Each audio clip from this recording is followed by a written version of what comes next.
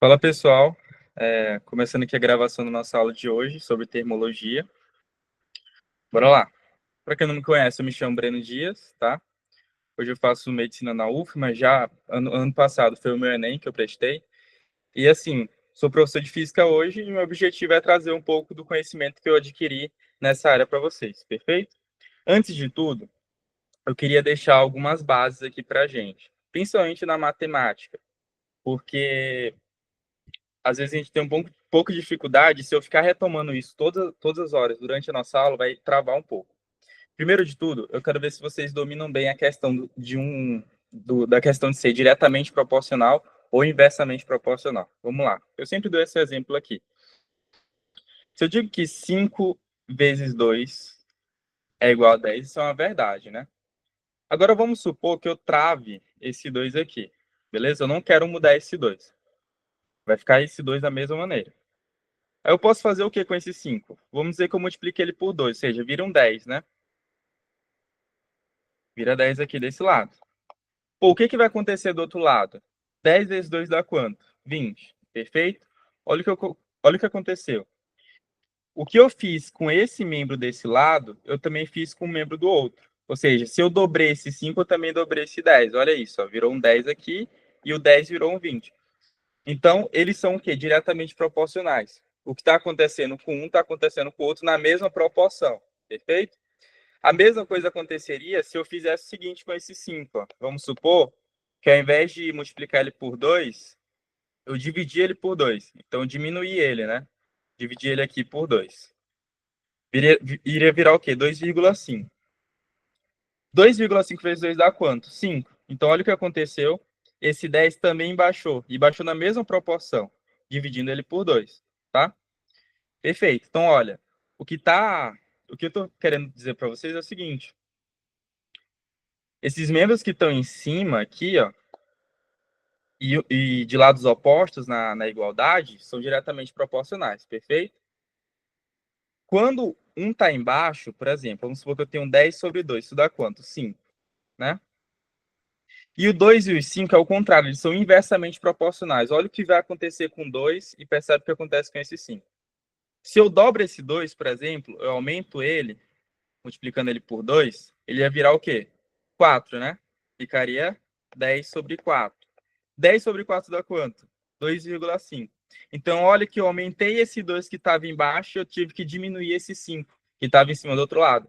Eles são inversamente proporcionais. Eu dobrei o 2, eu tive que dividir o 5 por 2. Perfeito? Todo mundo entendeu diretamente e inversamente proporcional? Confirme no chat, por favor.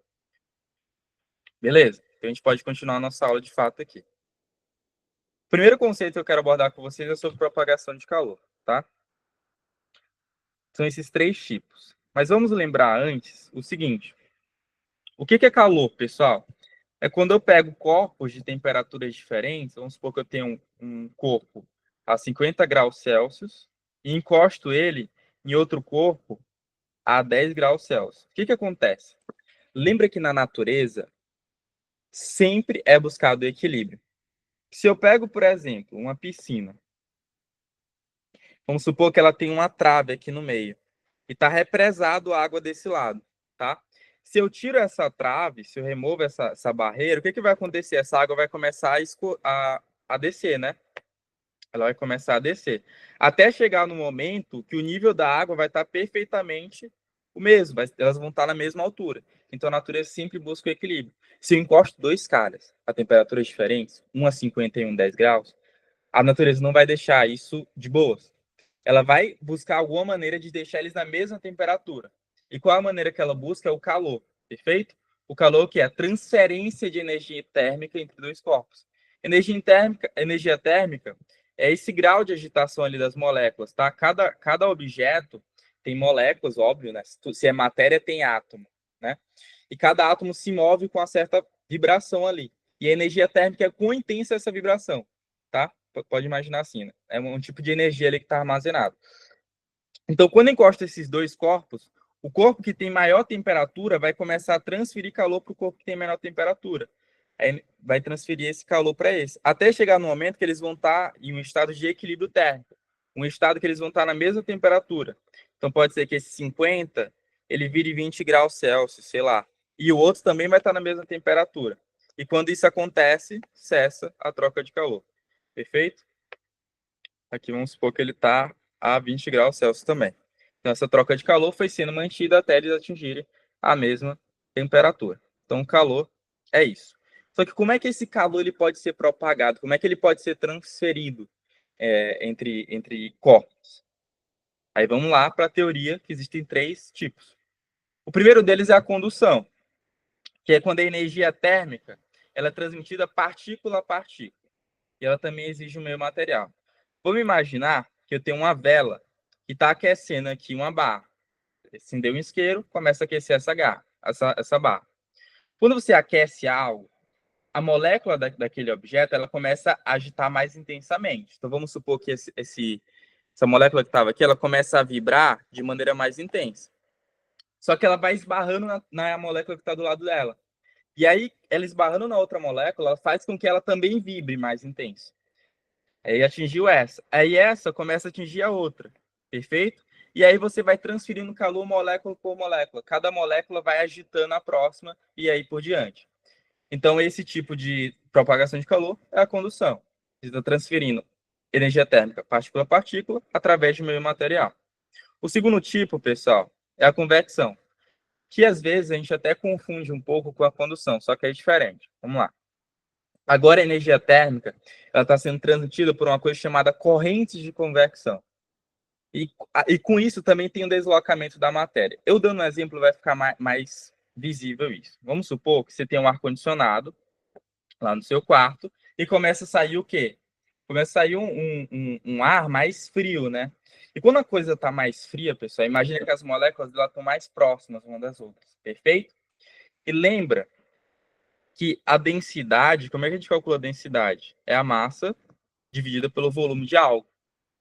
Se as moléculas estão mais próximas, o que faz sentido? Que o volume é menor, né? Vamos supor que as moléculas estavam nessa distância, se aproximaram, o volume diminuiu. Pois esse volume diminuiu, né? Se esse volume diminui, o que acontece com essa densidade? Mantendo a mesma massa. Ela aumenta, então a coisa está mais densa. Uma coisa que é densa, a tendência dela é o quê? Cair, perfeito? Então, esse ar frio que sai do teu ar-condicionado, pode considerar como mais pesado. Perfeito, Alessandro. Só que, a gente entende como mais pesado, só que o peso tem a ver com a massa. Sim, fisicamente não está correto, mas dá a gente entender assim também, perfeito? O grande ponto aqui é a densidade. Boa colocação. Quando esse ar frio começa a cair por causa da densidade dele, ele vai descer, perfeito? Só que lá embaixo tinha um ar que estava quente ainda, que ele não tinha esfriado. E quando você tem uma coisa quente, pessoal, as moléculas dela ficam mais afastadas umas das outras. Se a molécula está mais afastada, está mais longe, o volume que ela ocupa é maior. E se a gente olha na fórmula da densidade, se eu aumento esse volume do cara, ó, se eu aumento esse volume, o que acontece com a minha densidade? Essa densidade é menor. Então, esse ar frio, ele desce porque ele é mais pesado e o ar quente sobe porque ele tem uma densidade menor. E coisas que têm densidade menores vão para cima, perfeito? E aí, o que está acontecendo? Esse ar quente, ele vai começar a subir e vai vir de novo perto do ar-condicionado. E o ar-condicionado vai esfriar ele de novo. E esfriando, ele desce. Aí, o ar quente que estava embaixo sobe de novo, vai ser esfriado. E percebe que está criando um ciclo aí e você está tendo uma transferência de calor. Tá, porque o ar quente está chegando no ar-condicionado de novo e ele está tendo uma certa transferência de calor ali, né? Ele está diminuindo a temperatura dele. Só que isso está acontecendo através de um deslocamento da matéria. Então, olha a diferença entre convecção e condução. Ambas exigem o meio material? Sim, elas precisam de matéria, precisam de moléculas, de átomos ali. Só que a convecção tem esse deslocamento da matéria. A matéria está se movendo, enquanto na condução, não. A barra está ali parada, ela não está indo para cima, se movendo para a direita, para a esquerda. Não. Na convecção tem. E o último caso de forma de transferir calor entre dois objetos é a radiação, que ela é bem diferente. É um caso particular. Nesse caso, o calor se propaga por ondas eletromagnéticas. Então, tu lembra lá da ondulatória, que é o tipo de onda, né? Uma onda eletromagnética. E ela não necessita de meio material. Dando um exemplo, fica mais fácil. É o caso do Sol. O Sol, pessoal, concorda comigo que ele aquece a Terra? se ele aquece a Terra, tem uma transferência de calor com a Terra, né? Só que entre o Sol e o nosso planeta não existe matéria.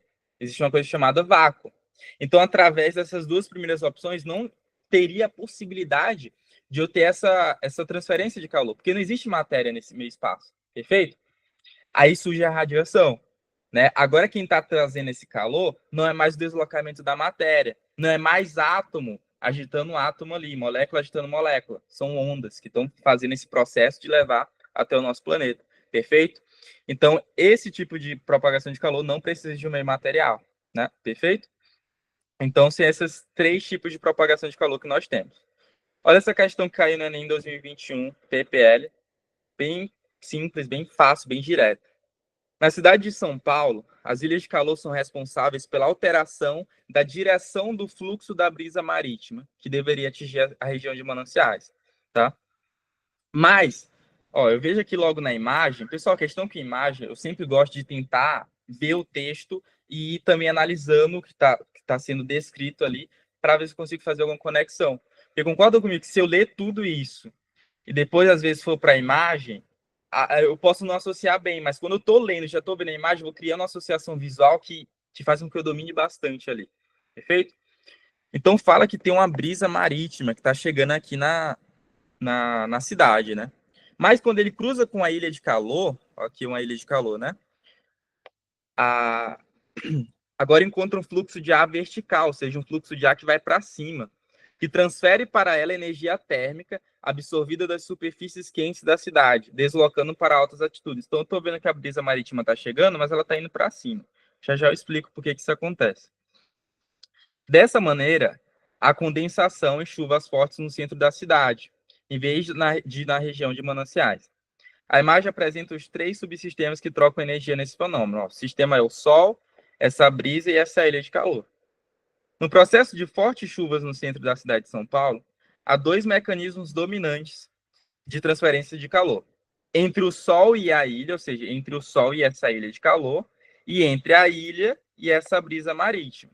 Ele quer saber quais são esses mecanismos, respectivamente. Então, primeiro ele quer entre o Sol e a ilha, e depois entre a ilha e a brisa. Pessoal, pensa comigo. Pô, eu estou falando aqui de uma transferência de calor entre o Sol e alguma coisa que está distante dele. Tem como ser por condução? Não, porque não tem matéria nesse meio espaço. Tem como ser por convecção? Não, não tem, porque não tem matéria. E o Sol é questão modelo assim: o Sol é sempre propagação de calor por irradiação, perfeito? Então eu sei que essa primeira opção tem que ter irradiação. Então eu cancelo essas três, porque ela fala de condução, eu sei que não pode ser, nem convecção. Aí eu fico em dúvida se é convecção e irradiação acima. Vamos lá. Entre a ilha de calor e a brisa marítima. O que acontece? A ilha de calor, pessoal, lá na geografia a gente vê isso, é como se a cidade ela ficasse mais quente do que ela deveria ser naturalmente, né? Então, quando essa brisa marítima chega aqui, como ela chega numa região que tem uma temperatura maior, lembra que o calor sempre vai de um lugar que tem temperatura maior para uma temperatura menor, essa brisa começa a ser aquecida. Quando ela é aquecida, tudo que é aquecido, pessoal, imagina que as moléculas se afastam mais. Perfeito? Se ela se afasta, o volume aumenta. E quando se aumenta o volume do ar, ele tende a subir. Por isso que essa brisa começa a ter esse movimento ascendente, ela não continua em linha reta. Perfeito? O que acontece? Essa transferência é por irradiação? Não. Porque nesse caso, realmente tem um deslocamento de matéria ali. A gente está vendo isso. Essa transferência é por convecção. A gente mata a letra A. Perfeito? Letra A, irradiação e convecção. Sol, ilha de calor, brisa marítima. Tudo certo? Vamos lá. Agora, cara, essa parte ela vai ficar muito legal. Eu vou mostrar para vocês como é que eu trabalhava quando eu vi uma fórmula, tá? Eu vou criar a fórmula da lei de Fourier aqui com vocês. Vai ficar bem bacana. Vamos lá. A lei de Fourier, pessoal, é basicamente ela descreve a condutividade térmica, a condução térmica de algo, tá? Vamos pensar nesse exemplo. Eu tenho uma barra de metal e eu começo a aquecer ela aqui com essa vela, tá? Essa parte da barra vai começar a esquentar. E aí, quando as moléculas daqui esquentam, elas vão começar a ser agitadas e vão esquentando e vão agitando as outras. e vai agitando a outra, até chegar na outra extremidade, perfeito? Aqui entra um conceito chamado fluxo de calor. Pessoal, fluxo na física é sempre alguma coisa por tempo, tá? Se tu olha, sei lá, um rio e tu quer saber o fluxo de água ali, tu pega uma certa parte dele, sei lá, tu delimita uma certa parte e vê quanta água está passando por segundo, tá? O fluxo de calor é tu ver quanto calor está passando ali por unidade de tempo. É como se tu pegasse uma regiãozinha aqui desse metal, tu fosse contando ali quantas calorias, quantos joules, quanta energia está sendo passada ali por tempo, tá?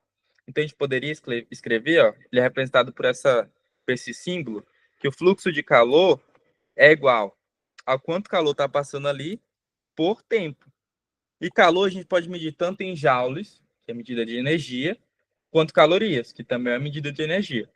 Então, vamos supor que eu meço aqui em calorias e o tempo, geralmente, a gente mede em segundos.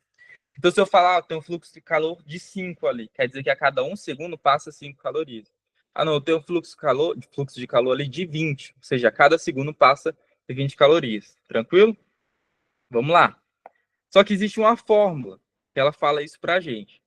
Vamos ver quais são as variáveis aqui. Primeiro eu vou dizer que vou logo botar meu símbolo aqui. E ele tem que ser igual a alguma coisa. Pessoal, pensa comigo. Estou aquecendo essa barra e tem uma região que está recebendo a energia térmica da vela e outra região que está bem distante, que está fria. Vocês acham? Digita 1 ou 2 aí no chat para mim, por favor. Opção 1. Vocês acham que essa transferência de calor, ou seja, vai aquecer essa região mais distante mais rápido? Se aqui tiver, por exemplo, 100 graus e aqui tiver 98 graus, primeira opção é essa. Uma parte está com 100 graus, a outra está com 98 graus, mais fria. Só que uma diferença de 2 graus só.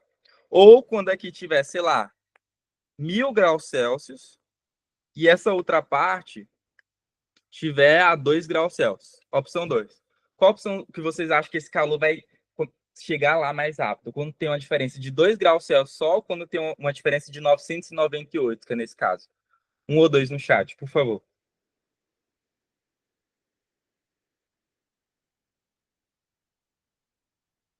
2, 2, 2. Certeza, pessoal? Vocês acham mesmo? É, realmente. Por quê? Pô, pense comigo. Imagina que você tem aqui uma certa descida de um rio. Eu sempre gosto desse exemplo. E aí você tem uma descida de um rio que tem 1 metro só de diferença de altura. A água vai descer? Vai, mas de forma bem, uma certa velocidade ali, um certo fluxo, mais lento. Agora, pô, se tu pega, sei lá, uma cachoeira, e tem uma diferença de altura imensa, sei lá, tem 1000 metros de altura aqui de diferença. Não faz mais sentido que essa água vai escorrer com uma velocidade muito maior, ou seja, ela vai com um fluxo bem maior, ou seja, vai um volume maior de água, é a mesma coisa que o fluxo de calor. Quanto maior essa diferença de temperatura, maior o meu fluxo. Então a gente já sabe que fluxo e diferença de temperatura são diretamente proporcionais. Se eu aumento a minha diferença, eu aumento o meu fluxo. Se eu diminuo essa diferença, eu diminuo o meu fluxo. Então, nessa igualdade aqui, esse fluxo tem que ser proporcional à minha diferença de temperatura. Então, ela vai ficar em cima, né? Porque o que fica em cima é diretamente proporcional. Beleza. Vamos ver outro elemento que é a nossa área. Pô, vamos lá. Esse elemento é a área. Se eu tenho uma área maior, vamos supor que a área desse metal fosse, na verdade, essa aqui. Se essa área fosse maior, ia estar passando mais calor a cada segundo, porque é como se eu tivesse, sei lá, um tubo que passa água, tá? E essa água está passando ali com uma certa frequência. Agora, se eu aumento esse tubo e eu continuo mantendo a mesma velocidade ali de água, o que vai acontecer? Vai estar passando um volume de água maior, porque o meu cano é maior, consegue passar uma intensidade maior de água. Então, quanto maior for essa área, nesse caso, perdão se tiver um barulho de fundo, pessoal. Quanto maior for essa área, maior vai ser o meu fluxo. Então, eu sei também que esse fluxo é proporcional à área do cara. Perfeito? Outro elemento aqui importante que a gente está trabalhando é o seguinte. Vamos ver. A espessura o comprimento desse material. Então tem um certo comprimento L. Se eu tenho um metal pequeno, vocês concordam comigo que ele vai ser aquecido bem mais rápido do que se eu tiver, sei lá, 1 quilômetro de barra de metal? Pô, 10 centímetros de metal vai ser aquecido mais rápido do que 1 quilômetro. Então percebe, quanto menor for essa espessura, maior o fluxo. E quanto maior for esse comprimento, menor vai ser o meu fluxo. Então eu posso pensar que, na verdade, esse comprimento é inversamente proporcional. E se ele é inversamente proporcional, na igualdade ele vai para baixo. Perfeito? Tranquilo. Só que existe outro elemento que não fica muito claro aqui, que é o quê? O tipo de material. Pô, se eu pego uma barra de madeira sei lá, uma barra de alumínio, vocês acham que eu aquecendo aqui, numa ponta, vai chegar mais rápido na outra ponta, na barra de alumínio ou na madeira? Pô, é óbvio que vai ser no alumínio, né? Você pensa que o alumínio é um condutor mais fácil, né? Você pega, por exemplo, uma panela. Você começa a aquecer a panela, você vê que em poucos segundos toda ela já foi aquecida, né? Então percebe que o fluxo também depende do material que você está trabalhando, né? E aí vai um elemento aqui na nossa fórmula que vai ser a condutividade, o tipo de material que eu estou trabalhando, né? Cada material tem um seu tipo tem um seu valor. Ah, sei lá, um é 40, outro é 10, outro é 15, né? E quanto maior for a condutividade desse material, maior vai ser o fluxo de calor que passa através dele. Perfeito? Então a nossa fórmula a gente chega a essa. O fluxo de calor é o tipo de material que você está trabalhando, vezes a área, vezes a variação de temperatura, dividido pelo comprimento. Beleza? Olha essa questão que caiu no Enem. Na montagem de uma cozinha para um restaurante, a escolha do material correto para as panelas é importante, pois a panela que conduz mais calor é capaz de cozinhar os alimentos mais rapidamente. E com isso é a economia do gás. Pessoal, pensa comigo. Você pega uma panela, você quer aquecer um alimento. Se você pega uma panela que demora muito, muito, muito mesmo, para ter toda a sua área aquecida, isso é ruim, isso é péssimo. Porque tu vai passar muito tempo aquecendo ela ali para conseguir aumentar a temperatura dela por inteiro e aí que tu vai começar a cozinhar seu alimento, tá? Agora, se tu tem o contrário, se tu tem um material que, pô, ele consegue conduzir muito rápido a energia térmica através de todo ele, pô, rapidamente tu vai chegar na temperatura que tu quer e rapidamente tu vai aquecer ele, beleza? Então, isso aqui é muito lógico. Ó. Falar uma panela que conduz mais calor, cozinha mais rapidamente, beleza? A taxa de condução do calor depende da condutividade de cada material, né? Claro, se um material tem mais um K maior, ele conduz mais. E se ele tem um K menor, condutividade menor, ele conduz calor de forma menor também. Da sua área, a gente viu ali que quanto maior a área, maior o fluxo também. Da diferença de temperatura T do material e da espessura D do material, sendo dada pela relação. A variação do calor dividido pela variação de temperatura é igual a K vezes a área vezes a variação de temperatura dividido pelo D, que é a espessura. Olha que é a mesma fórmula que eu botei lá em cima, tá? Nesse caso aqui, até o Enem trouxe pra gente, beleza? Olha, esse calor pelo tempo, o que é calor pelo tempo? Fluxo de calor, né? Tá? O K é o mesmo K, a área é a mesma, a variação de temperatura é a mesma. A diferença é que, ao invés de comprimento, que eu botei aqui como L, ele bota como espessura. Em panelas com dois materiais, você calcula a taxa através dessa outra forma, diferente. Em que D1 e D2 são a espessura dos dois materiais e K1 e K2 são as condutividades de cada material. Os materiais mais comuns no mercado para panelas são o alumínio, que ele tem uma condutividade aqui de 20 watts por metro vezes Kelvin, o ferro, que é de 8, e o aço, que é de 5, combinado com o de cobre, que é 40. Pessoal, qual desses materiais? Vamos lá. Alumínio, ferro, aço e cobre. Vocês já acham que é o melhor condutor? Através dessa condutividade que é dada aí. Podem responder no chat. Alumínio, ferro, aço, cobre.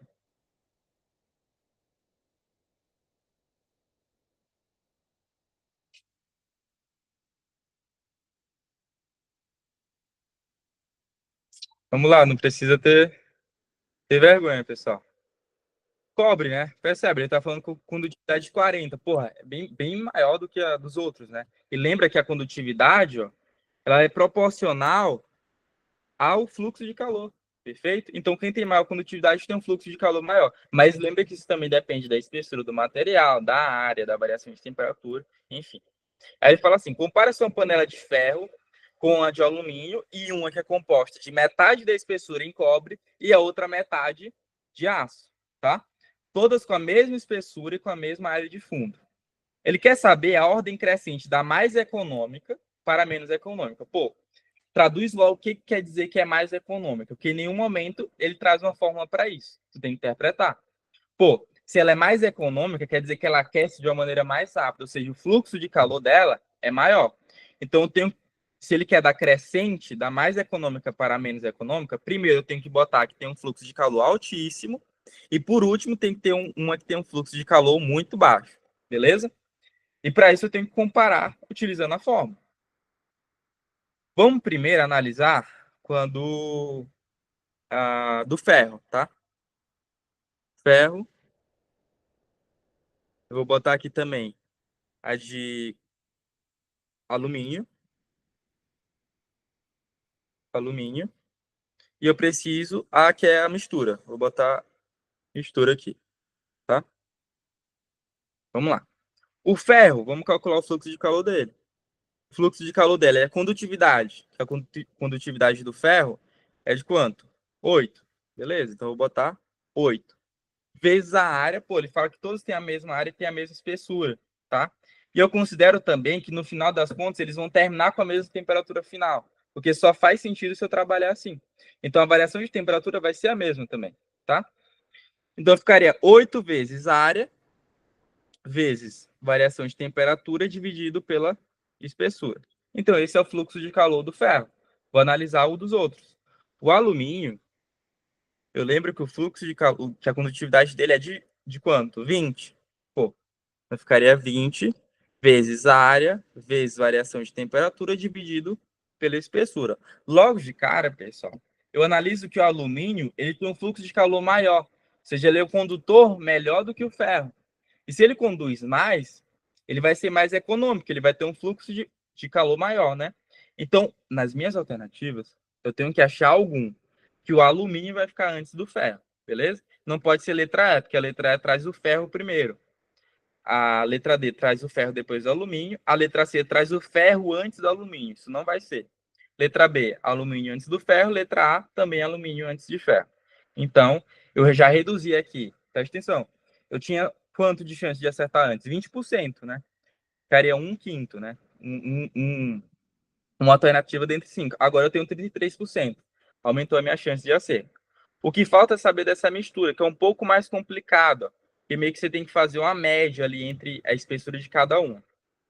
Nessa fórmula que ele dá, o fluxo de calor é igual à área vezes a variação de temperatura dividido pela espessura pela condutividade de cada material. Vamos lá.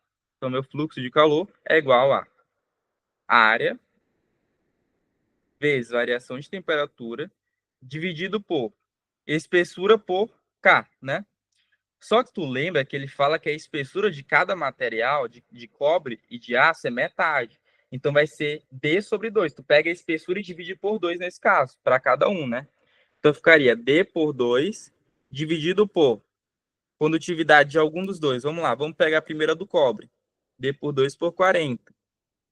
Mais a espessura do outro, espessura por 2, de quem? Vamos pegar agora do aço. A do aço é quanto? 5. Vamos botar D por 2, 5 aqui. O fluxo de calor é igual à área vezes a variação de temperatura. Vamos resolver aqui embaixo. Tu pode primeiro pegar o seguinte. Tu resolve isso aqui, ó. Percebe que é uma divisão de duas frações. Então, pegaria o D por 2 e multiplicaria pelo inverso do outro. Aqui é 40 sobre 1, então ficaria 1 sobre 40. Beleza? Pode pensar dessa maneira. Ficaria D por 2 vezes 1 sobre 40, né? Mais D por 2 é a mesma lógica no outro, né? Eu vou pegar esse 5 e inverter ele. D por 2 vezes 1/5. Ficaria como? A área vezes variação de temperatura, dividida por 2 vezes 40 é 80, né? 80, D sobre 80 mais D sobre 10. O MC entre 80 e 10 é o próprio 80, né? Área vezes variação de temperatura dividido por. Pô, ficaria embaixo aqui, ó. Soma essas duas frações. 80. Pô, 80 por 80 dá quanto? 1. 1 vezes D, D. Mais. 80 por 10 dá 8. 8 vezes D, 8D. Tu tem que a tua área vezes a variação de temperatura dividido por 9D sobre 80. Agora tu tem também nesse caso aqui, ó, divisão de duas frações. Pega a primeira e multiplica pelo inverso da segunda, né? Ficaria. Fluxo de calor é igual a área vezes variação de temperatura vezes nesse caso, só um segundo, 9D sobre 80, área vezes variação de temperatura, variação de temperatura sobre 1. Ah, tá, perfeito. Esse 80 vai para cima e o 9D vai para baixo. Fica 80 sobre 9D. O que tu achou? O teu fluxo de calor é igual a área vezes variação de temperatura vezes 80 sobre 9D. Pessoal, concorda comigo que 80 por 9, se fosse 81 por 9 dava quanto? 9, né? Então posso fazer essa arredondação, esse arredondamento, né? Ficaria como? Área vezes variação de temperatura vezes 9, tudo isso sobre D. Aí tu percebe, ó, esse área, variação de temperatura por D se repete em todos. Só que o que muda é o que está multiplicando antes, né? Então, no caso do alumínio, tu está multiplicando isso por 20. Não vai dar um valor bem maior do que se tu multiplicar isso por 8 ou por 9. Então, o alumínio realmente vai ser o primeiro. Aí tu fica entre essas duas aqui, né? O alumínio vindo primeiro. Aí tu compara agora com a mistura e o ferro. Olha que o ferro, o que está multiplicando é 8. E o que está multiplicando a mistura é o 9. Pô, vai dar um valor maior. Se eu multiplicar algo por 9, multiplicar por 8. Por 9, né? E eu não.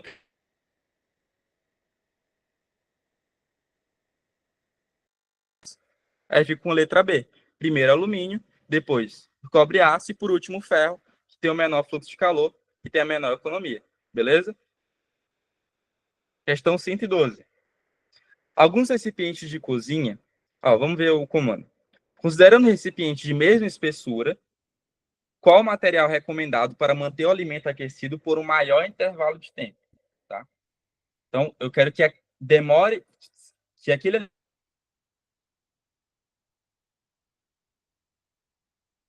Aí eu quero que vocês pensem o seguinte: qual é a possibilidade que algo tem de diminuir a sua temperatura, pessoal?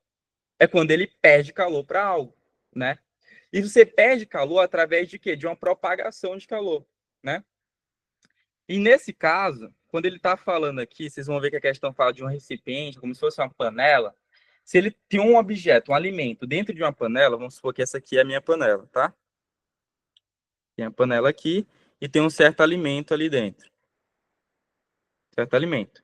Como é que ele vai perder aqui? É por condução, né? Para as paredes ali do recipiente. Se esse recipiente consegue transferir grande parte desse calor do alimento para fora, ou seja, ele é um bom condutor térmico, cara, a temperatura desse cara vai baixar muito rápido. Vai baixar muito rápido. Agora, se eu pego um recipiente que ele tem uma condutividade péssima, assim, ele é um péssimo condutor, ou seja, pô, se tu depender desse cara para levar calor para uma certa região, isso não vai acontecer. Vai demorar muito, muito, muito mesmo. É o caso que tu quer aqui? É. Por quê? Tu quer que esse alimento permaneça mais tempo aquecido. Então, quanto mais tempo demorar para ele perder esse calor dele, melhor para você. A gente já vai para a questão com outro olhar aqui. Alguns recipientes de cozinha apresentam condutividade térmica apropriada para acondicionar e servir alimentos. Assim, os alimentos acondicionados eles podem manter a temperatura após o preparo por um tempo maior. Tá. O quadro, ele contém a condutividade térmica de diferentes materiais utilizados na produção desses recipientes. Aí você tem o material e a condutividade dele. Já vou passar o macete aqui, padrão ouro para vocês. Questão de física, isso é muito comum. Porque às vezes ele pede comparação entre materiais, tá? Geralmente, cara, é um dos extremos. Ou é o cara que vai ter o valor maior desse quadro, ou é o cara que vai ter o valor menor desse cara, desse caso aqui. Às vezes pode variar? Pode. Quando ele está falando, sei lá, ele dá um valor específico para você analisar, tá? Agora, quando ele iguala todos os outros elementos, fala que tem a mesma espessura, sim, é como se fosse um padrão, todos têm a mesma coisa, vai ser um dos extremos, ou o cara que tem mais ou o cara que tem menos. Então, tu bate o olho e tu fala, ou é o cobre, que tem 332 aqui de condutividade, ou é essa cerâmica que tem 0,4. A resposta tem que ser uma dessas. Voltando ao raciocínio, tu quer um cara que mantenha a temperatura desse alimento, tu quer um cara que tem um fluxo de calor baixo, tá? E lembra que o teu fluxo de calor é igual a condutividade vezes a área, vezes a variação de temperatura, dividido pela espessura do material. Todos eles, pessoal, têm a mesma espessura. Também tem a mesma área. Tem que considerar o mesmo caso aqui. No final das contas, eles vão terminar com a mesma temperatura. E eles começaram na mesma temperatura. Porque tu bota o alimento, sei lá, a 140 graus nos 5, né? Tu não pode botar o alimento mais quente em um ou mais frio em outro, porque não vai dar de tu fazer análise. Sempre tem que considerar as mesmas circunstâncias. E aí o que sobra? Essa condutividade. E tu percebe, se essa condutividade aumenta, esse fluxo aumenta. Se essa condutividade é baixa, esse fluxo também vai ser baixo, beleza? Se tu quer um cara que demore muito tempo para perder calor, para manter a temperatura do cara ali, tu quer um cara que tem um fluxo de calor baixo, então ele tem que ter uma condutividade baixa. E qual desses tem a menor condutividade? Cerâmica, perfeito? 0,4. Aí tu vai, marca a quinta e dá tudo certo. Show? Essa questão aqui é do Enem 2022 PPL, recente. Ó. O menino está ajudando sua mãe na cozinha. Ela lhe pede que tire do fogo Oi, uma Breno. panela que já... Opa, pode falar. Você poderia voltar novamente o finalzinho da explicação e repetir, por favor? Posso sim. Ó, Obrigada. Nada. Ó, o seguinte, o que acontece? A gente está falando aqui, o objetivo da questão é só um. Cara, eu quero manter esse alimento conservado na mesma temperatura. Ou seja, eu não quero que a temperatura dele vá de uma maneira muito rápida. Ele mantém ali. E a forma que um alimento perde essa energia térmica dele é transferindo calor para a panela. Né? Ele está na panela ali, está encostado nela, condução, ele vai perdendo ali calor para ela. Se essa panela tem um fluxo de calor alto, ou seja, ela consegue sugar muito calor desse alimento de forma, assim, muito ligeira, isso não é bom para mim, tá? Por quê? Meu alimento vai ficar frio muito rápido. Agora, essa panela é horrível para conduzir calor, ou seja, demora bastante ali. Meu alimento vai continuar na mesma temperatura por um tempo bastante longo. E é isso que eu quero, ou seja, eu quero que esse material do que eu estou utilizando na minha panela seja um péssimo condutor térmico, entendeu? E aí a cerâmica bate. Perfeito, Isa? Vamos lá. Questão 134. O menino está ajudando sua mãe na cozinha. Ela lhe pede que tire do fogo uma panela que já estava lá há bastante tempo. Então imagina que ela está quente, né? Em fogo baixo. Orientando-lhe que tome cuidado para não se queimar. Buscando tocar apenas no cabo de madeira e não na base de metal da panela. Isso é questão lógica do cotidiano, né, pessoal? Você nunca vai tirar uma panela do fogo pegando na base dela, porque tu sabe que tu vai se queimar.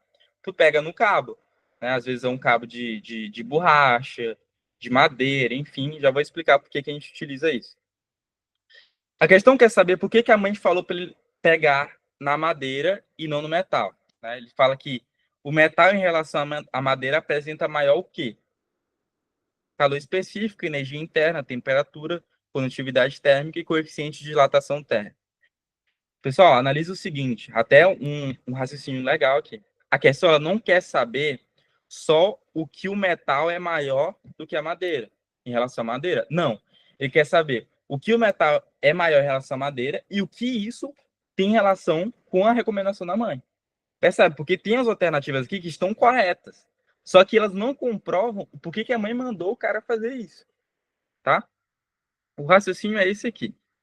Se eu tenho minha panela aqui e eu vou ter um cabo, tá? Porque esse aqui é o meu cabo. A panela, pessoal, o que para você se queimar, a lógica é que tu vai tocar em uma coisa que tem uma condutividade térmica altíssima. Ou seja, ele consegue te transferir, levar o calor daquele objeto para você de maneira muito rápida. E é por isso que você não pega uma panela. Porque uma panela, voltando até na questão que a gente mostrou aqui acima. Tinha até pulado essa, vou já voltar. Ó, voltando nessa questão que eu mostrei aqui acima. O alumínio, percebe que ele tem uma condutividade alta, né? Então, percebe, panela geralmente é feita de quê? De alumínio, né? E aí, se você toca numa panela dessa, como a condutividade dela é alta, você vai receber um calor de uma maneira, assim, bruscamente. Isso queima a tua pele, porque você não pode ter, como posso falar, mudanças de temperatura bruscas. Agora, se você pega num objeto que ele tem uma condutividade térmica menor, ou seja, demora mais para conduzir a energia dele para a sua, pô, tu consegue segurar ele de boas, porque você não vai ter uma queimadura muito rápida, tá? E é isso que é a recomendação para você pegar na madeira, num cabo de madeira nesse caso. Porque quando você pega nesse cabo, a madeira, em relação ao metal, é questão de cotidiano, a gente pensa, pô, quando eu pego nesse caso aqui no cabo de madeira, vai demorar bastante tempo para ele transferir essa energia para sua mão, ao contrário do alumínio, tá? E é isso que a questão quer saber. Por que o metal tem maior em relação à madeira? Ele apresenta maior condutividade térmica, ele consegue transferir o calor dele muito rápido da sua mão. Perfeito? Outro ponto que o Enem pode cobrar esse ano é o seguinte: o contrário também é verdade. Tanto você pegar uma coisa muito quente, que tem alta condutividade, te queima, quando você pegar uma coisa que tem alta condutividade em uma temperatura mais baixa. Por exemplo, você tem um metal, uma barra de metal, que está a menos 20 graus Celsius. E aí você toca nela. Agora, o fluxo de calor vai ser da tua mão, porque você tem uma temperatura de 36 graus, para a barra, né? Só que você vai perder calor de maneira muito brusca ainda, porque esse metal ele consegue roubar também bastante energia ali de você. E aí, quando você rouba, você tem uma diminuição, né, da temperatura ali da sua mão, e você também tem uma queimadura, só que queimadura por frio nesse caso, não mais por algo quente, tá? Aí tu percebe, a letra A fala de calor específico.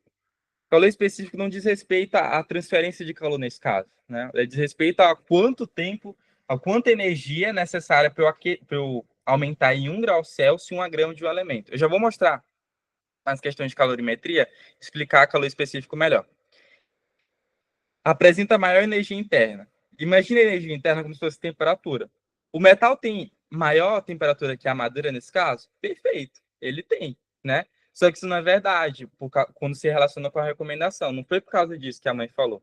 Porque, olha isso, a madeira, pessoal, ela poderia até estar mais quente que o metal.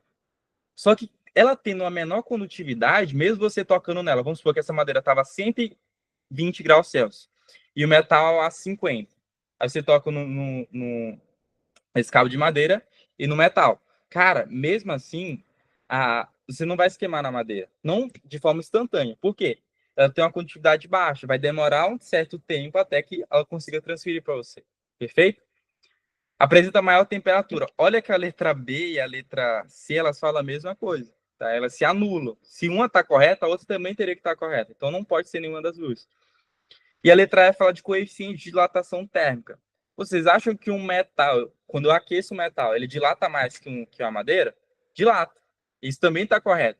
Só que não foi por causa disso que a mãe mandou o cara é, fez essa recomendação, tá? Só essa 117, ó, que caiu no último Enem, é bem interpretativo. Quais duas vantagens esse copo apresenta em comparação ao copo descartável? Então está falando de um certo.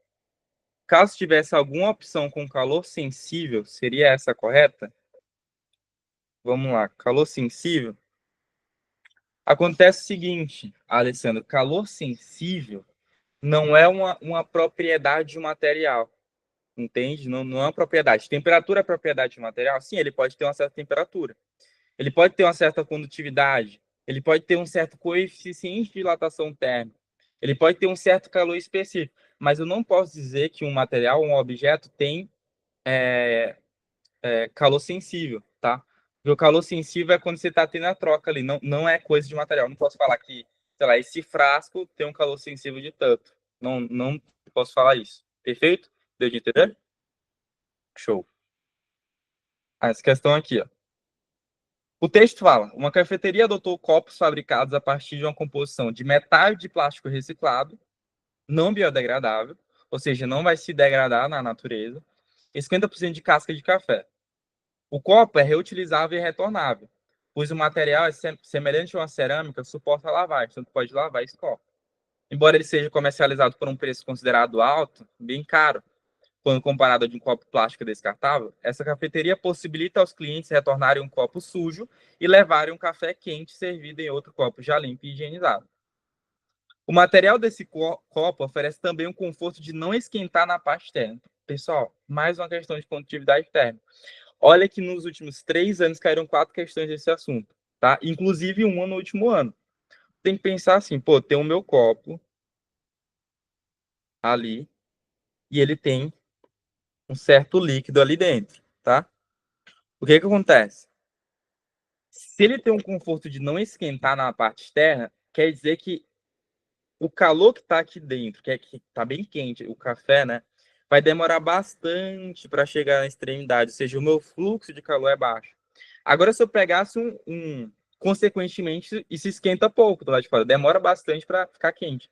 Agora, se eu pego um copo que tem uma condutividade boa, cara, no momento que eu botar esse café aqui dentro, vai ter um fluxo muito alto para a extremidade. E aí, logo na hora, tu vai ver que a parte externa desse copo já vai estar quente também. Não é isso que você quer, tá? Então, quais as duas vantagens que esse copo apresenta quando comparado ao copo descartável? Então, lembra disso, comparado com o copo descartável. Ele tem a durabilidade de uma cerâmica. Tá, é porque ele fala de cerâmica, e tu pensa, pô, será? Pode até ser, vamos lá, pode ter a durabilidade, você pode durar tanto quanto uma cerâmica. Mas vamos ver a outra. E ser totalmente biodegradável. Não, ele não é totalmente biodegradável, porque tu vê que lá no início ele fala que metade dele é não biodegradável. Então ele não é totalmente. Beleza? Ser tão durável quanto uma cerâmica, mas vamos lá, vamos aceitar isso. Só que ele fala ter alta condutividade térmica, ou seja, se botou o café, no mesmo instante, as paredes desse copo vão ser aquecidas até chegar na parte externa e tu já vai se queimar. Não, pessoal, não é isso. Ele fala que ele tem o conforto de não esquentar na parte externa. Então ele é um péssimo condutor térmico, tá? Ser um mau condutor térmico, perfeito. Beleza? E aumentar o resíduo biodegradável na natureza. Não quer dizer isso, até porque ele fala que uma parte dele é casca de café, né? E também tem a parte essa parte de café, não quer dizer que ele vai aumentar o resíduo biodegradável na natureza. Até um pouco de linguagens, né, que a gente está trabalhando. Pô, não tem como aumentar esse resíduo biodegradável, porque isso já existia na natureza antes. A diferença é que eu estou utilizando ele agora para fazer um copo, né? Eu não estou criando algo do zero, tá? Isso já existia, não estou aumentando. A letra D fala ter baixa condutividade térmica, perfeito. Ele não aquece do lado de fora. E reduz o resíduo não biodegradável na natureza. Show! Né? Ele realmente reduz esse resíduo porque parte dele é casca de café, tá? E também quando ele recicla, você está tirando o resíduo não biodegradável da natureza. Então, questão letra D tá fantástica, tá? Certinho. A letra E fala que ele tem uma alta condutividade térmica e não é isso. Beleza? Agora eu vou falar um pouco de calorimetria e essa parte eu quero bastante da atenção de vocês, tá? Porque o Enem gosta muito de cobrar questão desse tipo. E eu vou dar um resumo geral aqui dessa área, beleza? Primeiro de tudo, lembrem que calor é quando tem energia térmica sendo transferida, tá? Só que existem dois tipos de calor. O primeiro deles é o calor sensível. E, pessoal, geralmente tem muita dificuldade de entender o que são os dois. Eu, particularmente, tinha bastante é, problema em entender esse assunto. Mas vou passar uma explicação para vocês que vai ajudar bastante. Então, tem um calor que é sensível e o calor que é o quê? Latente. Vamos lá. O calor sensível, pessoal, eu vou botar alguns pontos, algumas premissas e depois eu vou explicar elas para vocês, tá? O calor sensível é o que acontece quando tem variação de temperatura. Tem variação de temperatura. É quando você mantém mantém o estado físico. O estado físico. Agora o latente é o exato oposto. O estado físico. Ou seja, se você é líquido, você permanece líquido. Se tu é gasoso, tu permanece gasoso.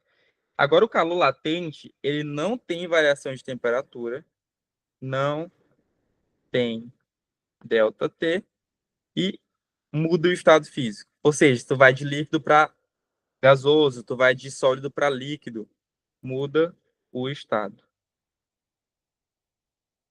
O estado físico. Eu gosto de representar sempre pela curva de aquecimento da água. Fica bem didático aqui nesse caso. Vamos lá. A curva de aquecimento da água, lembra que a 0 graus ela faz o quê? Se funde. E a 100 graus ela vaporiza, tem ebulição. No eixo vertical, que é aquilo de cima, eu vou dizer que é a minha temperatura, perfeito? E aqui eu vou dizer que é a quantidade de calor que eu estou fornecendo, ou seja, quantas calorias eu estou dando ali para aquele cara, quanta energia eu estou dando para aquele cara. Para baixo é negativo, né? Para baixo vai ser um valor negativo. Supor que aqui é menos 30 graus, aqui é 0 e aqui é 100 graus, por exemplo, tá? Vamos lá. Se eu pegar a água, eu vou ver que ela sobe mais ou menos assim. Aquece.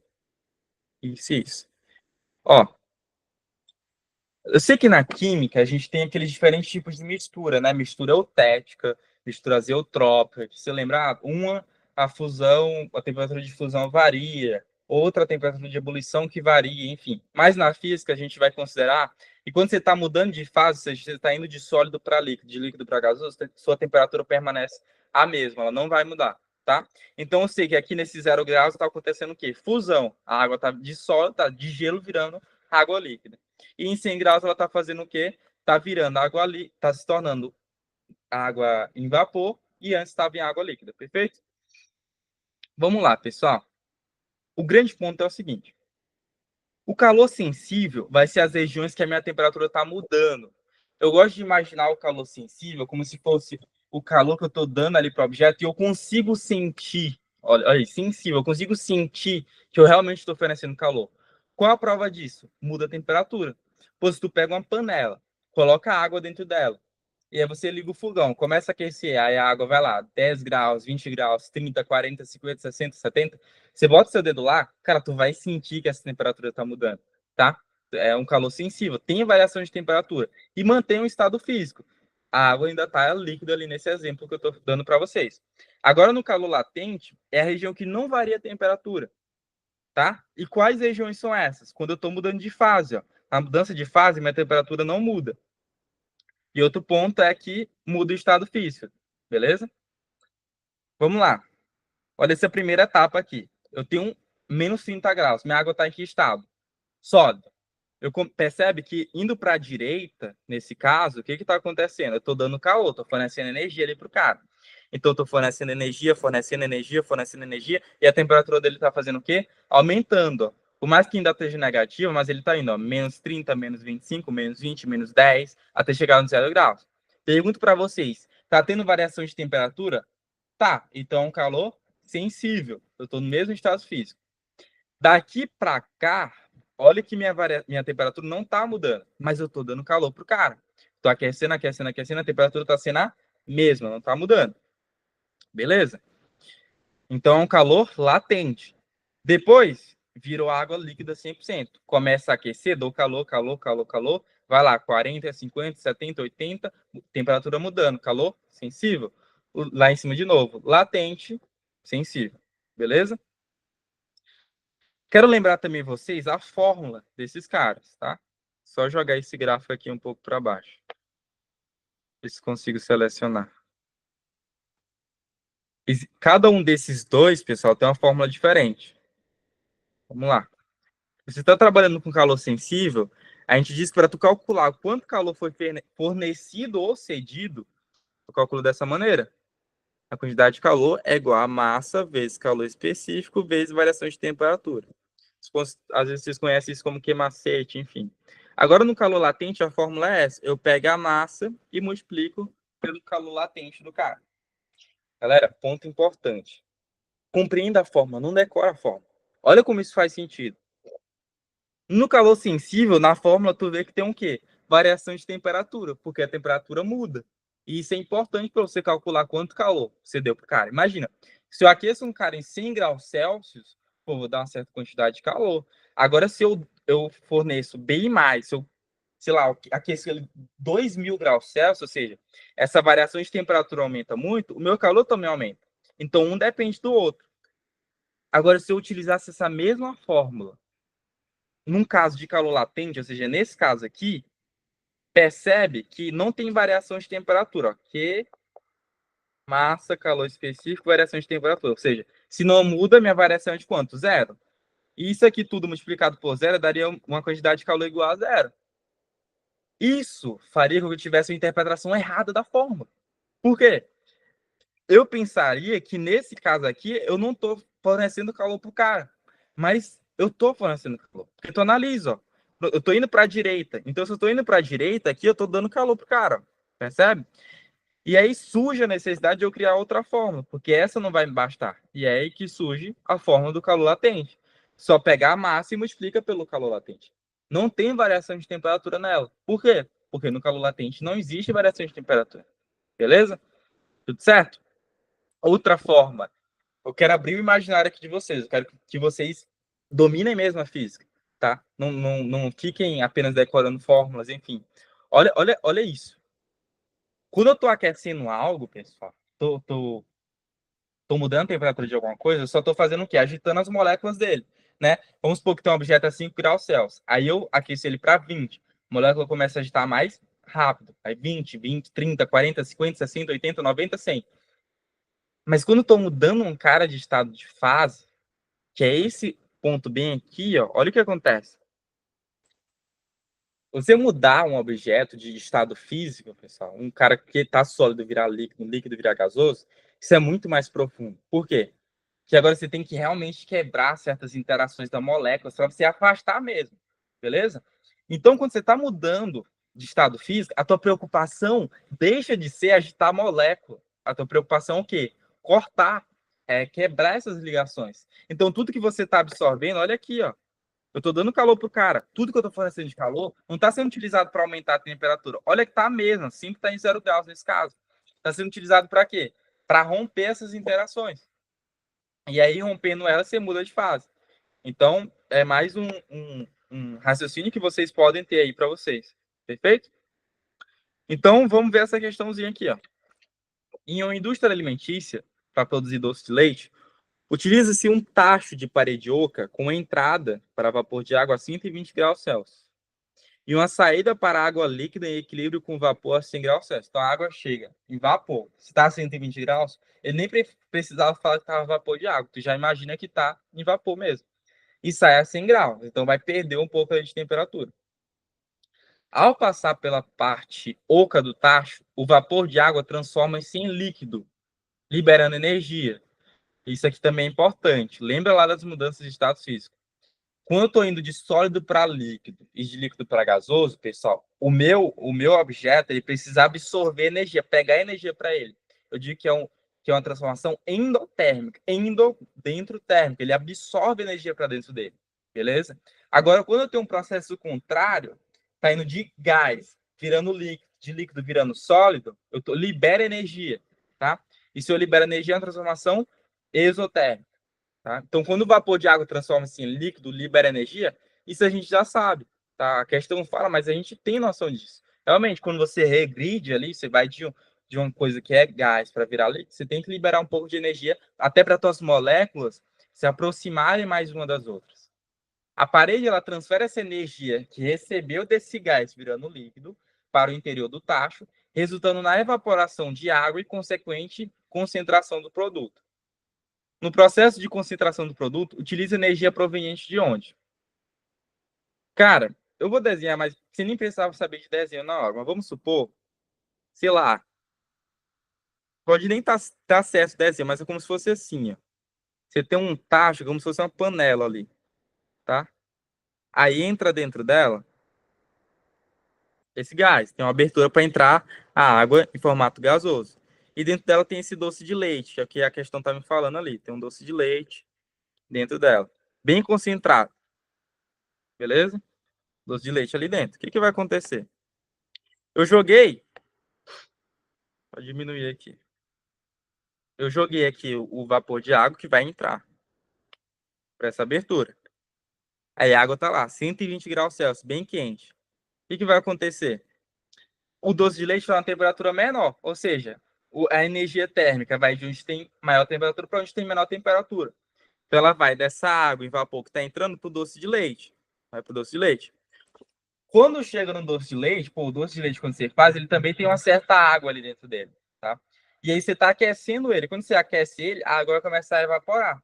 E se evapora, pô, você vai ter um produto mais concentrado. É meio óbvio, né? Pô, lembra que concentração pode considerar como se fosse a massa pela quantidade, pelo líquido que você tem ali. Imagina, pô, eu tenho um doce de leite em 50 ml de água e doce de leite, mesma quantidade de doce de leite, em 1 litro de água. Onde é que está mais concentrado? Onde tem menos água. Então, se essa água vai começar a evaporar, você vai ter um doce de leite mais concentrado. E é isso que a questão está falando, beleza? E no final das contas, essa água, esse gás de água que está entrando aqui e vai transferindo calor para a panela, ele vai começar a diminuir a temperatura, aí vai 120 graus, 110, 105, até chegar nos 100 graus e virar água de novo. E aí, quando ele vira água, ele começa a descer aqui por baixo. Ele quer saber, no processo de concentração do produto, de onde vem a energia proveniente, de onde provém a energia nesse caso, tá? Vamos lá, pessoal. Somente do calor latente de vaporização. Primeiro de tudo, preste atenção nisso comigo. Quando você fala de vaporizar algo, você absorve energia, você não libera. E o caso aqui é que a energia está sendo liberada para ser utilizada no doce de leite para aquecer a água e sair. Ou seja, eu não posso dizer que o calor latente está vindo da vaporização, pelo simples motivo que vaporização absorve energia, cara. Tá? Então você está falando, pô, se veio energia de uma absorção? Não, tem que vir energia de uma liberação. Então, onde tem vaporização, não pode ser, porque a vaporização absorve. Aí, letra A, tu joga ela fora. Letra C, tu joga ela fora. Letra E, tu joga ela fora. Olha isso. Quando você pega esse raciocínio, cara, não tem jeito. Você vai acertar todas as questões, tá? Vaporização é isso, absorve. Aí fica somente calor latente de condensação, calor sensível e do calor latente de condensação. Pô, essa água, ela tava a 120 graus Celsius, cara. Ela tava de 120 graus e virou 100 graus depois. Bicho, de 120 graus para 100 graus, teve uma mudança de temperatura? Teve. Se tem mudança de temperatura, tem o quê? Calor sensível. Então tem que ter calor sensível também, beleza? E tem que ter calor latente de condensação? Também tem que ter. Porque quando essa água está em vapor, chega nos 100 graus, aí depois ela vira líquido, ou seja, ela se condensou. Então a parte da condensação também foi liberando ali energia, beleza? Aí chega na letra D. Pessoal, até agora vocês estão conseguindo entender como é que tá o acompanhamento de vocês? Tá tudo certo? Responda no chat, por favor. Deem o okzinho também na interação para ajudar para a gente saber como é que tá o ritmo da aula. Se eu preciso desacelerar, vou dar uma acelerada, certo? Tranquilo. Perfeito. Perfeito. Qualquer dúvida, só avisar, pessoal. Olha essa questão aqui. Com o objetivo, só beber um pouco d'água. Com o objetivo de demonstrar a transferência de energia de um sistema para outro, imagina aqui que é energia térmica, ou seja, é calor. Vai pensando nisso. Um professor solicitou a seus alunos que determinasse um calor de combustão de alguns alimentos. E para auxiliar nessa tarefa, ele forneceu um quadro que apresenta 5 alimentos identificados por números e seus respectivos calores de combustão. Vamos interpretar essa tabela? Olha aqui. O primeiro alimento, ele fala que tem um calor de combustão de 15. 15 o quê? Ele fala unidade. Interpreta isso, ele fala unidade. 15, a unidade é o quê? Caloria por grama. O que isso quer dizer? Pô, se tu tem uma grama desse alimento, e tu aquece ele, faz combustão dele, tu, sei lá, tu queima ele, combustão é isso, tu vai liberar quanto de energia? 15 calorias. E se tu tiver 2 gramas, tu vai liberar quanto de energia? 30 calorias. E se tu tiver 3 gramas? 45 calorias. Segue uma certa proporção. Se 1 grama libera 15, 2 gramas liberam 30. O segundo alimento, olha, aumentou. Agora, 1 grama desse segundo alimento libera 120 calorias. Aumentou bastante, né? Aqui aumentou até o quê? 6 vezes, né? 6 vezes. 6, não, 8 vezes, perdão. 8 vezes. Então, o alimento 2 libera 8 vezes mais calorias do que o alimento 1. O 3, 160, o 4, 240, o quinto, 400. Posteriormente, ele chegou e entregou na mão dos estudantes uma amostra de 0,5 gramas. Aí tu já vai se atentando. Pô, ele me dá o quadro. Alguém mandou uma dúvida? Não. Ele me deu um quadro em gramas. Ele tá dando meia grama. Então já vai se atentando, que não vai ser o mesmo valor da tabela. Determinado a um dos estudantes que realizou o seguinte procedimento experimental. Ele colocou 4 ml de água em um tubo de ensaio. Vamos lá. Tinha um tubo de ensaio ali. Tubo de ensaio. Vamos lá. Tubo de ensaio aqui. Vamos lá. E botou lá dentro 4 ml de água, tá? 4 ml de água. Perfeito. Em 4 ml. Aí ele fez o que em seguida? Mediu a temperatura, botou um termômetro e saiu o valor lá no termômetro, 20 graus Celsius. Tá. Em seguida, o estudante queimou o alimento recebido abaixo do tubo de ensaio contendo a água, o que elevou a temperatura da água para 50 graus. Então, ele botou, sei lá, uma castanha aqui, ó, uma certa castanha, começou a queimar ela. E aí, quando você queima algo, pô, você libera energia térmica, né, pessoal? Faz sentido. E essa energia térmica vai sendo recebida aqui dentro desse tubo de ensaio. Eu penso que essa água vai absorver, e absorvendo, quando você absorve energia térmica, sua temperatura aumenta. Vamos ver aqui. Aí ele fala: em seguida o estudante queimou, o que elevou a temperatura de água para 50 graus. Realmente, aumentou.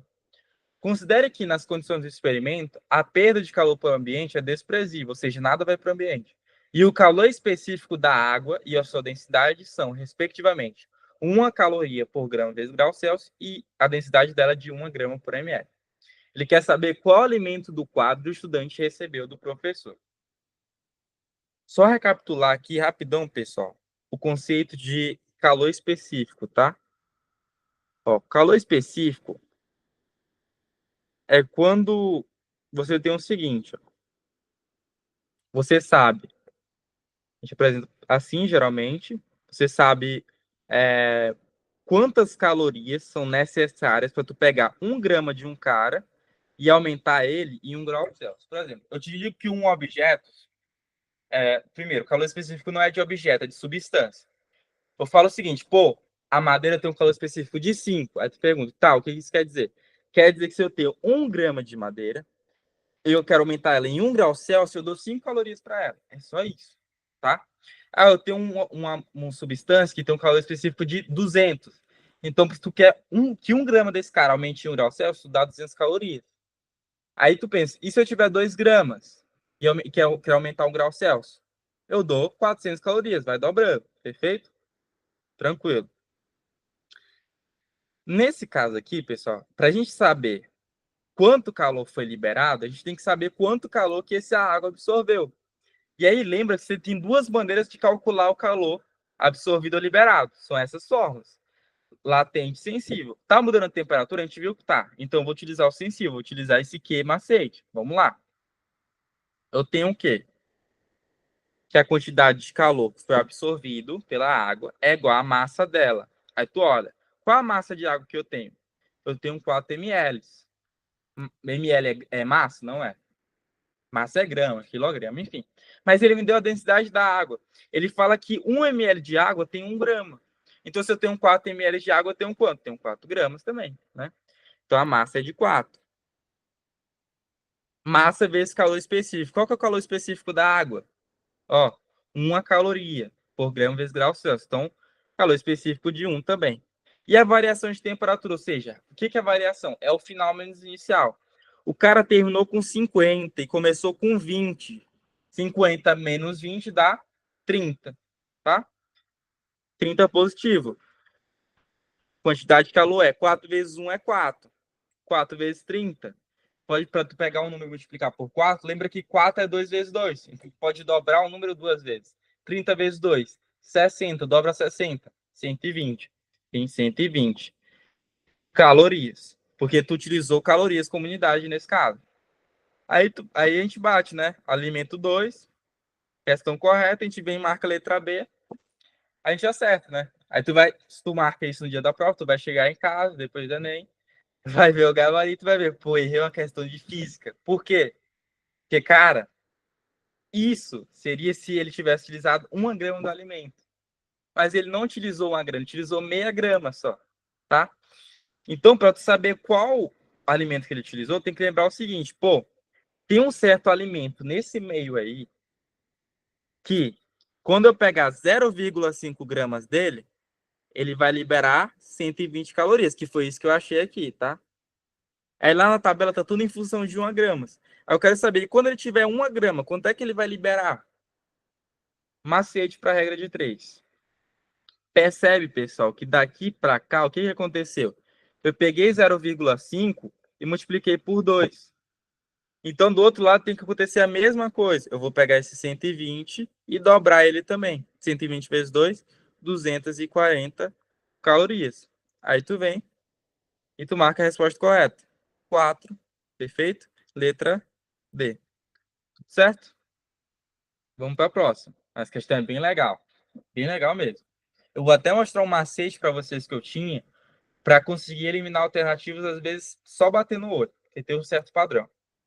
Um fabricante de eletrodomésticos desenvolveu um compartimento refrigerador inovador e consegue resfriar em apenas 7 minutos, olha o tempo, 7 minutos, 2 latas de refrigerante, 350 ml cada, com densidade de 1 grama por ml. Já pensa, se eu juntando as duas, quantas gramas eu vou ter? Tô. Se 1 ml vale 1 grama, e cada uma tem 350, se eu juntar as duas dá 700 ml, ou seja, 700 gramas, que 1 ml é a mesma coisa que 1 grama nesse caso. A refrigeração do líquido, ele consome 21% da potência do sistema, quando o refrigerante tem a sua temperatura diminuída em 15 graus Celsius. Então, o sistema, ele tem uma certa potência. O que é potência? Lembra, potência é eu pegar a energia que um cara libera e dividir pelo tempo. E na termologia, tu pode considerar essa energia como quantidade de calor, tá? Porque calor é medido em quê? Calorias, joules. E energia também é em joules, é também calorias. Então, tu pega a quantidade de calor que foi absorvida ou liberada nesse caso, divide pelo tempo que tu acha tua potência. Já pode pensar assim. Só que a refrigeração do líquido consumiu apenas 21% da potência do sistema. Então, quando eu calcular quando eu achar essa potência bem aqui que o cara utilizou, e só é o 21% do total. Pensa nisso já. Então, eu vou ter que fazer uma regra de 3. Se isso é 21%, quando é que é 100%? Vou mostrar até como fazer de maneira mais rápida esse raciocínio, esse cálculo de cabeça.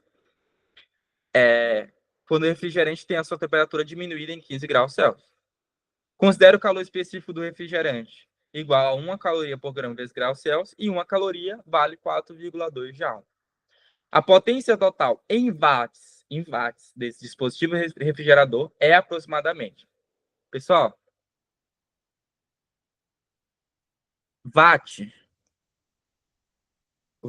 quer dizer joule por segundo. Então, pelo amor de Deus, se eu vou calcular a potência nesse caso aqui, essa energia tem que estar em joules e esse tempo em segundos para bater em watts, para estar a unidade certa, ok?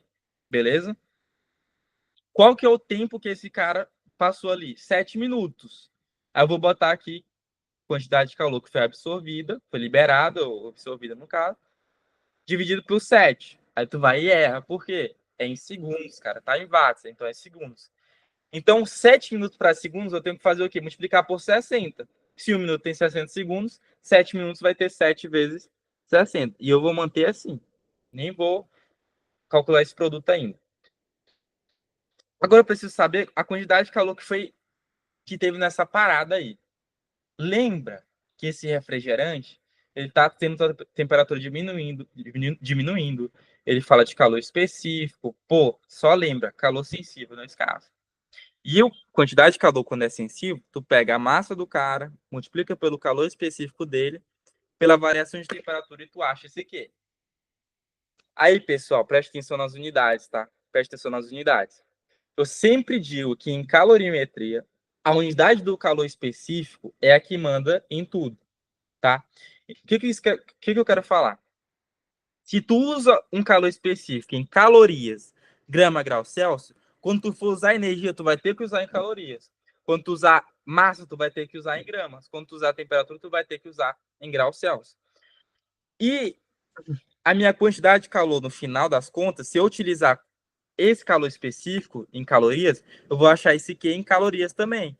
Aí eu vou botar aqui um Q em cima em calorias. Aí ficaria caloria por segundo.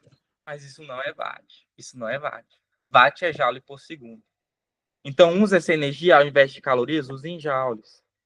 E a questão, ela é bem fácil nesse ponto, porque ela fala o seguinte: pô, uma caloria vale 4,2 joules. Então, o teu calor específico pode ser 4,2 joules por grama vezes grau Celsius. Só isso. Então, a gente vai trabalhar dessa maneira. Essa quantidade de calor que eu quero descobrir é igual à massa dele, que é de quanto? 750 gramas. 350 mais 350, 700, né? Tinha falado isso para vocês. 700 gramas. Por quê? É o ml, 1 ml é 1 grama, 700 ml é igual a 700 gramas. Calor específico, 4,2. Variação de temperatura. Diminuiu 15 graus, ou seja, é menos 15, tá? Menos 15. Esse sinal nem importa muito nesse caso. É mais para dizer que foi um calor que foi liberado nesse caso. A reação é exotérmica. A garrafa de refrigerante está liberando calor. Essa quantidade de calor está sendo retirado dela, né? No caso. 700 vezes 4,2 vezes menos 15. Aí, até uma técnica, vai muito de feeling na hora da prova, tá? Eu percebo que aqui tem um 700, tem um 4,2 e eu vejo que aqui tem um 7, tem um 60. De alguma maneira, eles podem ser relacionados. Então, eu nem vou resolver isso aqui. Eu vou jogar dessa maneira lá. Não vou calcular, tá? Que vai ficar com 4,2, vai dar um resultado meio estranho. Vamos lá. Eu posso dizer que minha quantidade de calor é 700 vezes 4,2 vezes 15. O sinal não vai importar muito nesse caso, tá? Dividido por 7 vezes 60. Pô, tu pode cortar esse 0 de 60 com esse zero aqui. 70 por 7 é quanto? 10, né? Então fica, nesse caso, em cima vai ficar 10. Vamos lá. Corta 7 com esse 70. Vai ficar 10 vezes 4,2 vezes 15. Tá, só um ponto aqui que eu acho que massa, 7 vezes 60, 7 minutos, 60 segundos. Beleza. 15 graus. Acho que não. 42 vezes 15, não. Só confirmar aqui, rapidão, pessoal. São 7 minutos. Beleza, então são 7 vezes 60 segundos. Ok. Duas latas de refrigerante, 350 ml cada. Duas, 700 gramas. Consumo de 21%. Refrigerante está temperatura diminuindo em 15 graus Celsius. O calor específico é em 4,2. A potência em watts. Ficaria como aqui? Rapidão. Um segundo. 700. Ficaria 100. Ah, tá. Eu esqueci do 6. Só no cálculo aqui que eu vacilei. 4,2 vezes 15. Só que eu só cortei o zero do 60. Não cortei o 60 ainda. Tem um 6 aqui embaixo. Beleza. Como é que a gente pode fazer? Pô, 4,2 é dividido por 6? É, né? 42 por 6 dá quanto? Dá 7, né? Só que eu não estou trabalhando com 42, estou trabalhando com 4,2. Então vai dar. Se eu pego aqui dividido por 6, dá 6 embaixo. Mas em cima, quando eu pego 4,2 dividido por 6, calma aí que eu estou confundindo tudo aqui. Rapidão, pessoal, perdão. Eu posso pegar esse 6 aqui e dividir por 2. 0,7. Perfeito. 0,7. 0,7 vezes 10 vai dar o meu 7. E 7 vezes 15. Pode pensar assim. Pô, 150 vezes 10 daria 115 vezes 10 daria 150. Mas eu estou multiplicando por 7 só. Eu posso tirar 15 3 vezes. E 15 vezes 3 é 45. 150 menos 15, menos 45. Dá 105, né? Aí eu acho uma potência de 105. A gente vai, marca a letra A, porque bate. Mas não é isso. Por quê? Essa potência que tu está calculando é 21% do sistema total. Então, 105 é igual a 21%. E quanto é que vale 100%?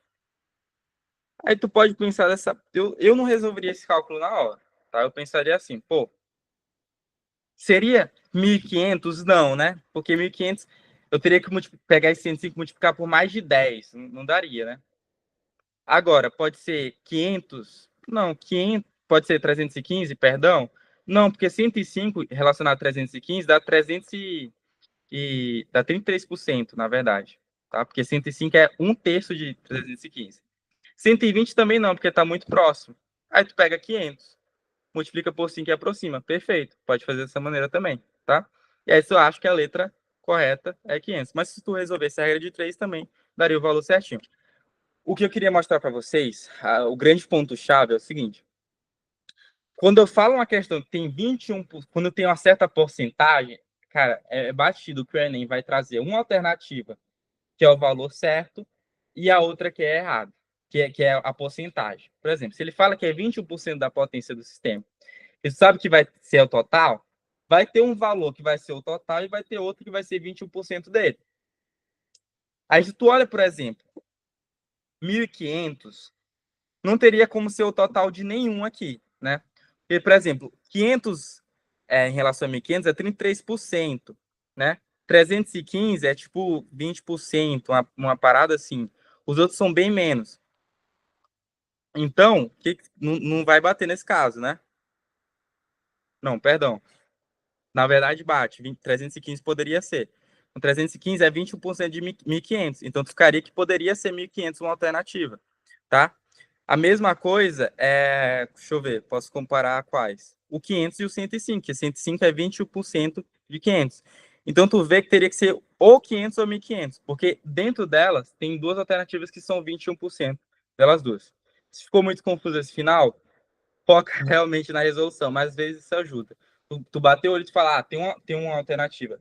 Vai ser uma porcentagem e a outra que vai ser total. Eu nem gosto muito de trabalhar dessa maneira. Questão 114.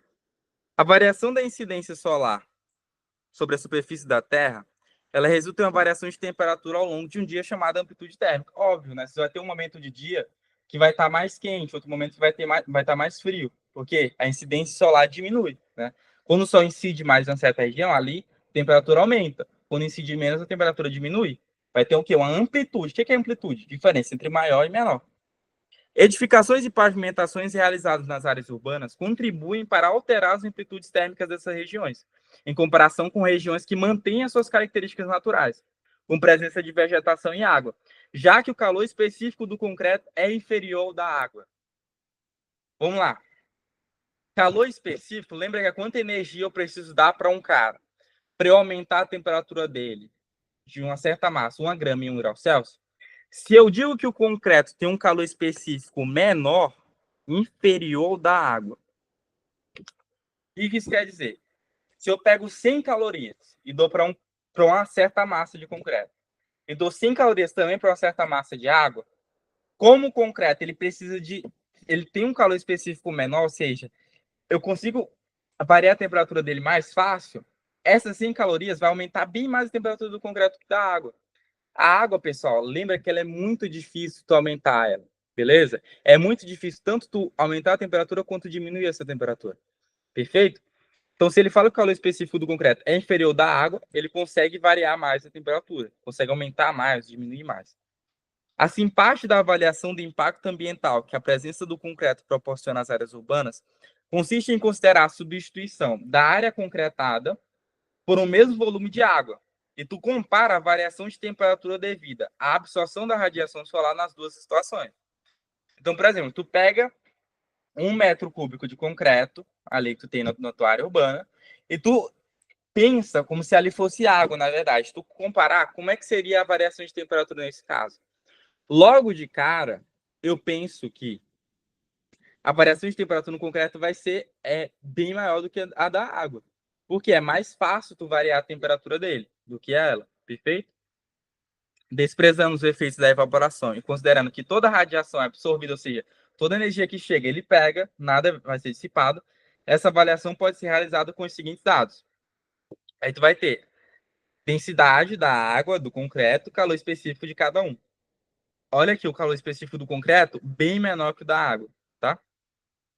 A razão entre as variações da temperatura nas áreas concretadas e alagadas, ou seja, a variação de temperatura no concreto pela variação de temperatura na água vai dar quanto? É isso a tua grande sacada. Vamos lá. Falou de calor específico. Variação de temperatura, calorimetria, calor sensível. Lembra? Quantidade de calor é igual a massa vezes calor específico vezes variação de temperatura. Só que tu tem que achar a variação de temperatura desses dois caras. Então, tu pode isolar esse cara bem aqui para tu achar uma nova fórmula, teoricamente. Ficaria como? Se eu jogo essa massa calor específico para lá, eles vão dividindo. Eu tenho que minha variação de temperatura é a quantidade de calor, massa vezes calor específico. Beleza? Aí vamos achar de cada um. Primeiro, água. Variação de temperatura da água é igual a quantidade de calor que ela recebe dividido pela massa dela vezes o calor específico dela. Qual que é o calor específico da água? 4,2. Tu vem aqui e vai botar 4,2. Tu vai poder substituir aqui, né? 4,2. Vou fazer por partes, na verdade. Tá. Variação de temperatura da água. O que? Tu não se preocupa em botar? Não, porque vai ser o mesmo que nos dois. Vai cortar mais na frente. Então, tu bota essa quantidade de calor que está sendo absorvida ali do Sol. Dividido pela massa vezes calor específico. Aí que entra o ponto dessa questão. A massa, cara, tu tem que considerar, lembra, que é o mesmo volume, tanto de água quanto o mesmo volume de concreto. Eu gosto sempre de atribuir valores simples, né? Se eu estou trabalhando com um volume de água, eu vou dizer que é 1 metro cúbico de água, por exemplo.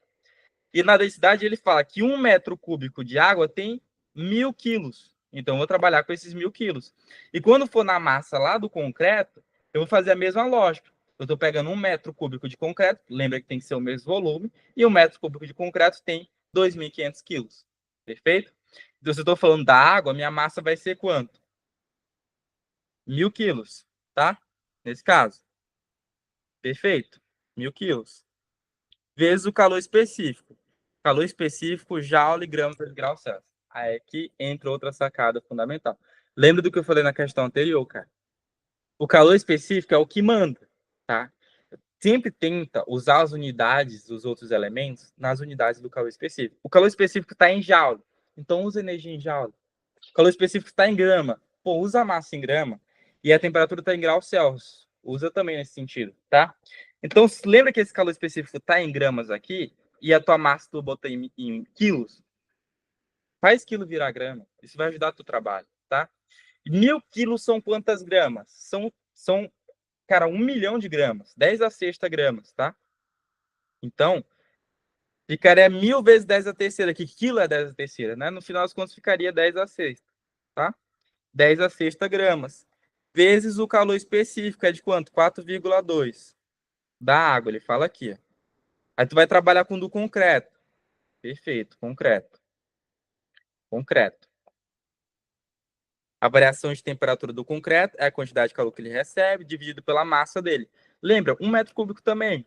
E 1 metro cúbico de concreto tem 2.500 quilos, tá? Gramas, vai multiplicar por 1.000, né?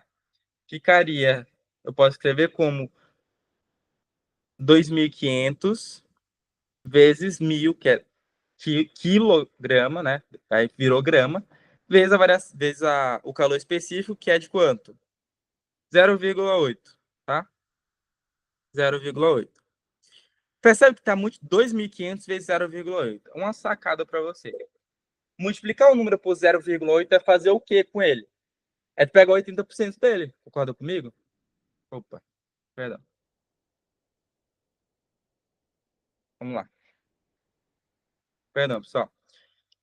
Pegar 80% de algo, beleza, tu pode pegar 100% dele e tirar 20%. Quanto é que é 100% de algo? É o próprio número, ou seja, 100% de 2.500 é 2.500. E tu tira 20%. 20% é 10% vezes 2, né? E 10% de algo é tu dividir ele por 10, ou seja, 10% de 2.500 é 250. E 20%, 250 vezes 2, 500. Então, se eu quero 80%, eu pego 100%, tiro 20%. Eu pego 2.500, tiro 500, que dá 2.000. Então, a variação de temperatura do concreto é igual a Q sobre 2.000 vezes 10 a terceira. Tá? Que eu posso escrever como 2 vezes 10 a sexta, tá? Que é só fazer a razão, tá? Concreto sobre água. O concreto deu quanto? Q sobre 2 vezes 10 a sexta, tá? E o outro? Deu 4, Q sobre 10 a sexta vezes 4,2. Ficaria concreto Q sobre 2 vezes 10 a sexta, dividido por Q sobre 4,2 vezes 10 a sexta. 10 a 6. Ficou um pouco apertado aqui. Lembra, pessoal, que divisão de fração, pega o primeiro, multiplica pelo inverso do segundo. Ficaria como? Manteria o primeiro. Q sobre 2 vezes 10 a sexta. Inverso do segundo. 4 vezes 10 a sexta vai para cima. 4,2, tá? Tem 1,2 aqui. Ficaria 4,2 vezes 10 a sexta. 4,2 vezes 10 a sexta. Sobre Q. Q corta com Q, 10 a sexta corta com 10 a sexta, fica 4,2 por 2. Até ontem isso dava quanto? 2,1, tá? Então essa razão é mais próxima de 2,1. Perfeito? Tudo certo? E chega na etapa final, eu só quero falar rapidão de gases, tá? Dá uma acelerada aqui, mas essa parte de gases geralmente cai mais simples no Enem, beleza? A questão 115 fala o seguinte: balões cheios de gás hélio são soltos no ar pelas crianças e sobem até não serem mais vistos em poucos minutos. Realmente, ele vai subindo. Durante a subida, o gás no interior do balão sofre um aumento de lógica, assim, básico que tu aprende no fundamental. Eu vou mostrar com fórmula e sem fórmula essa questão. Pô, tu sabe que quanto mais alto uma certa coisa vai subindo, menor vai ser a pressão atmosférica. Pensa aqui embaixo, você tem uma coluna de ar imensa que está pressionando as coisas. Agora, quanto mais alto você vai subindo, menor vai ser essa coluna de ar, ou seja, menor vai ser a pressão que vai sendo aplicada ali. Então, se esse balão está subindo, a pressão que está sendo exercida ali na superfície dele para manter ele ali dentro vai sendo diminuída, meio que tu está apertando ele de uma maneira mais fraca. E aí, o que ele aproveita para fazer? Ele começa a expandir, aumentar o volume dele. Porque antes tinha uma pessoa que estava segurando ele, né? Tava falando, cara, esse aqui é teu volume. Agora essa pessoa está segurando de uma maneira mais fraca, aí ele consegue empurrar. E aí, quando ele vai empurrando, vai aumentando o volume dele, né? Então, durante a subida, o gás no interior do gás sofre aumento, o gás no interior do balão aumenta o volume. Mas vamos mostrar isso fisicamente, né? Supor que eu tenho meu balão aqui. A lógica é, existe uma certa pressão sendo aplicada do meio externo sobre esse balão, tá? Que é a pressão atmosférica. E dentro do balão, ele também, o próprio gás vai se chocando com as paredes dele. Ou seja, dentro dele também está sendo feita uma pressão, tá? Essa pressão vai sendo feita. Aí, quando ele vai subindo, esse balão vai subindo, o que, que vai acontecer? Quando ele for subindo, essa pressão que estava sendo feita do lado externo, ela vai diminuindo. Deixa eu tentar representar aqui. Ela vai diminuindo, ela está ficando menor, está ficando menor, está ficando menor. E aí, consequentemente, ele abre uma certa margem para aumentar o volume dele. Vamos supor que o novo volume dele é isso aqui, ó, por exemplo. Aumentou para isso. Perfeito? Ele vai ser aumentando o volume dele através do quê? Da pressão que ele está sendo exercida. Ele vai empurrando as paredes ali do balão até chegar no momento que ele vai chegar na mesma pressão do meio exterior, tá? E aí, quando ele para de crescer. Então, quando você tem um gás subindo, ele vai sofrendo um aumento de volume, tá? A pressão, na verdade, perdão de novo. A pressão, na verdade, nesse caso, ela está diminuindo a densidade do balão. Se o volume está aumentando, a densidade diminui, porque densidade é o quê? Massa sobre volume. Ele não fala que está saindo gás de dentro. Se não está saindo gás, a massa está sendo a mesma. Mas o volume está aumentando. Se o volume aumenta, a minha densidade diminui. Então, ele não pode estar sofrendo aumento de densidade. Aumento de temperatura também não é esse caso. Aumento de massa molar, pô, massa molar é matéria. É quanto gás está ali dentro. Ele está falando que está botando mais gás ou tirando gás? Não tá. Então, minha massa molar continua a mesma nesse caso, tá? Questão 97. Ela é basicamente a aplicação da equação de Clapeyron, tá? Pessoal, eu sempre digo que tu quer saber algo de um gás, tu quer saber a pressão dele, tu quer saber o volume dele, o número de mols que tem nele, a temperatura dele, existe uma fórmula que é o CPF do gás, que é a equação de Clapeyron. Ou seja, ela te dá todos esses elementos do gás. Ele vai te dar a pressão, todas essas propriedades. E essa fórmula é dada assim: pressão vezes o volume de um gás tem que ser igual ao número de mols vezes a constante universal dos gases, que é uma constante, ou seja, não muda, vezes a variação de temperatura. Ok? Beleza. Variação não, perdão. A temperatura do gás naquele estado.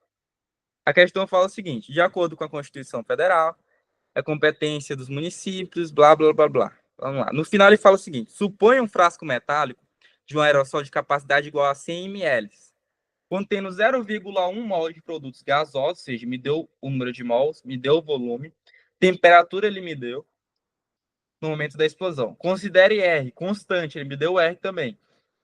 Ele quer saber a pressão em atm dentro do frasco no momento da explosão. É só cálculo. Aí, lembra do calor específico que eu falava que ele mandava na equação? Nesse caso, a constante universal, que é esse R, também manda. Geralmente, quem manda, pessoal, na fórmula, nas unidades da fórmula, é o cara que tem mais unidades dentro dele. Por exemplo, aqui tem ATM, tem litro, tem mol, tem Kelvin. Se eu for alterar a unidade desse cara, eu vou ter que alterar todos esses, dá um trabalho danado, bicho. Então é mais fácil tu fazer com que os outros se submetam a ele. Os outros vão obedecer às unidades que estão nele. Então, se nesse R tem litro, tu vai usar volume em litro. Se tem ATM, tu vai usar pressão em ATM. Se tem mol, tu vai usar a quantidade de mol, número de mol, sempre mol. E se tem Kelvin, tu vai utilizar a temperatura em Kelvin. Vamos lá. Eu quero saber a pressão. Então, posso jogar esse volume para lá, vai dividindo, né?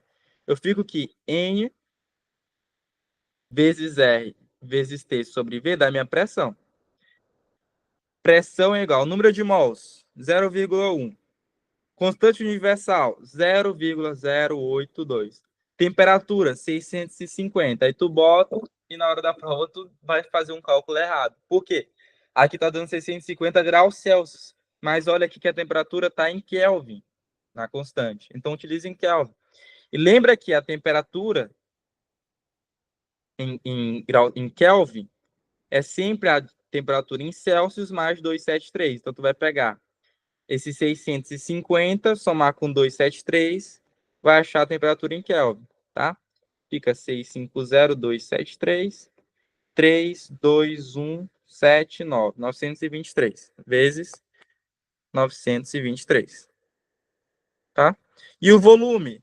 100 ml, né? Tu vai e bota e não dá certo, porque ele quer o volume em litros.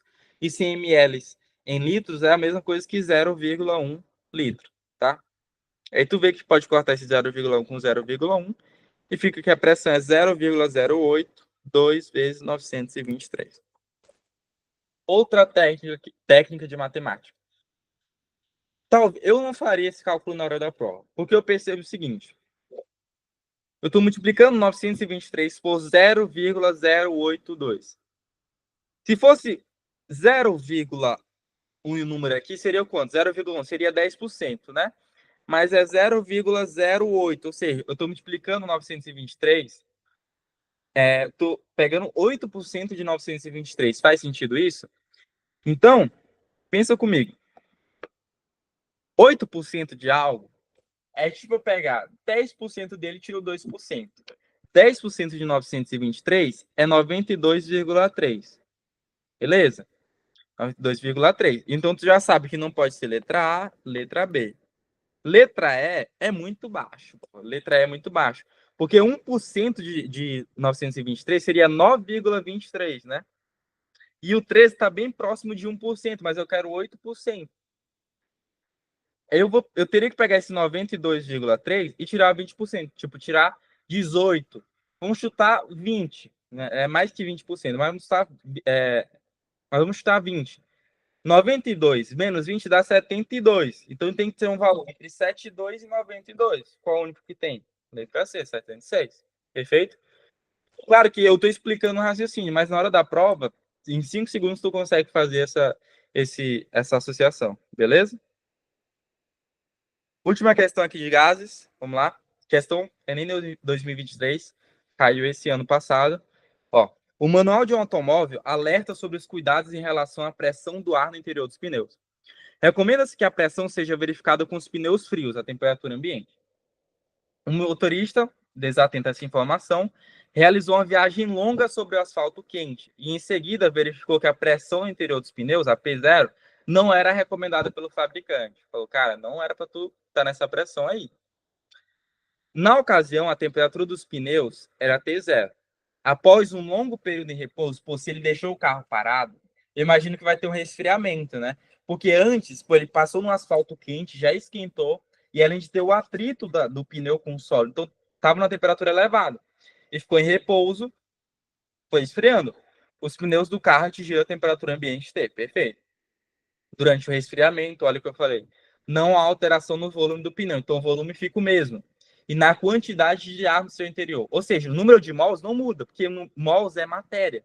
Se tem o mesmo ar dentro, tem a mesma matéria.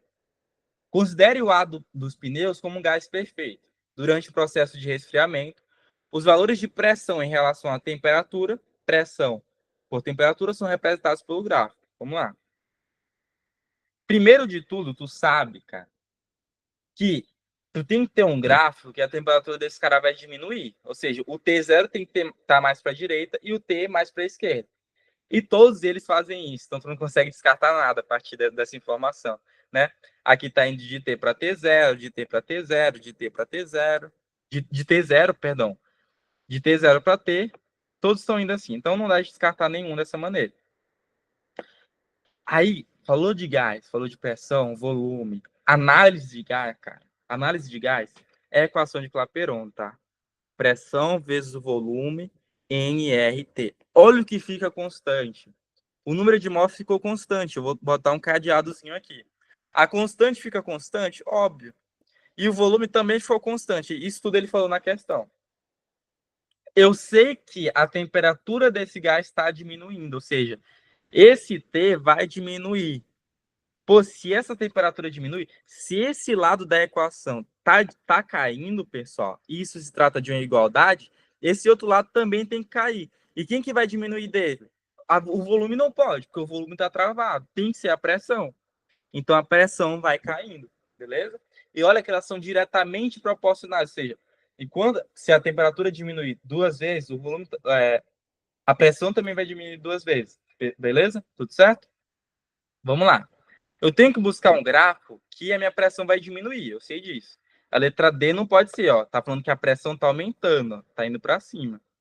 A letra D, né? A letra C também fala que a minha pressão tá aumentando, não pode ser. Aí fica com A, que fala que a pressão diminui. O B fala que a pressão fica a mesma. Pô, não pode ser também, a pressão tá diminuindo. Fica entre A e E. Pessoal, o A fala que tu diminui primeiro a tua temperatura e depois que tu vai diminuir a tua pressão. Mas não é isso que acontece. Eles são proporcionais, diretamente proporcionais. Ou seja, o que acontece com um, ao mesmo tempo acontece com o outro. E quando duas coisas são diretamente proporcionais, o gráfico é sempre uma reta, tá? E aí a única questão que bate é a letra E, que fala uma reta, e à medida que a temperatura está diminuindo, a minha pressão também está caindo, uma proporcional à outra. Beleza? A saideira, questão de termologia geral, olha, fala o seguinte: considere a tirinha na situação em que a temperatura do ambiente é inferior à temperatura corporal dos personagens. Eles estão liberando calor para o ambiente, né? Se eles estão, um ambiente tem uma temperatura inferior, a deles é maior. Aí o Calvin fala, tá quente hoje, né? É mesmo. Mas o que incomoda o leão aí é a umidade. Ele fala, ah, você não gosta de umidade? Não mesmo, então solta correndo. Vamos lá. O incômodo mencionado pelo personagem, qual o incômodo? A umidade. Isso que está incomodando ele. Deve-se ao fato de que, em dias úmidos, o raciocínio é basicamente o seguinte, cara. O teu corpo, quando você está numa temperatura bem elevada, ele tende a suar, né? Pô, você tá, geralmente quando a gente tá aqui, a gente tende a suar. Por quê? Quando você sua, vai água para a superfície da tua pele. E essa água, ela vai absorver a energia que está ali no seu corpo, e quando ela absorve a energia, ela evapora. Perfeito? Endotérmico, vai absorvendo ali. Só que quando o dia está muito úmido, o que umidade quer dizer? Água no ar. Se eu estou com um dia úmido, quer dizer que é um dia, cara, que tem já muita água flutuando ali. E aí, se você começa a suar, o que vai acontecer? A água que está na tua pele não vai ter espaço para sair, né? Porque está tudo preenchido. É como se você estivesse entrando numa sala, sei lá, tá indo numa festa, que a festa já está lotada, já está cheia de gente lá dentro. Tu não consegue entrar, então tu fica do lado de fora. E esse que é o problema. Em dias muito úmidos, o suor e a água apresenta maior dificuldade para evaporar do corpo. Perfeito, Leonardo. Uma sauna, a mesma coisa. Uma sauna é bem úmida. E aí você começa. É quente também. Olha que isso. Olha o que acontece. É quente, então o seu corpo começa a suar. Só que você fica com suor continuando ali na tua pele. Ele não sai, porque já tem muita umidade no ar. Esse é outro ponto importante. Então a gente vê que a alternativa correta é a letra B. Tudo certo? Pessoal, ficou alguma dúvida na aula? Rendeu para vocês? Podem dar feedback aí no chat, o que vocês acharam?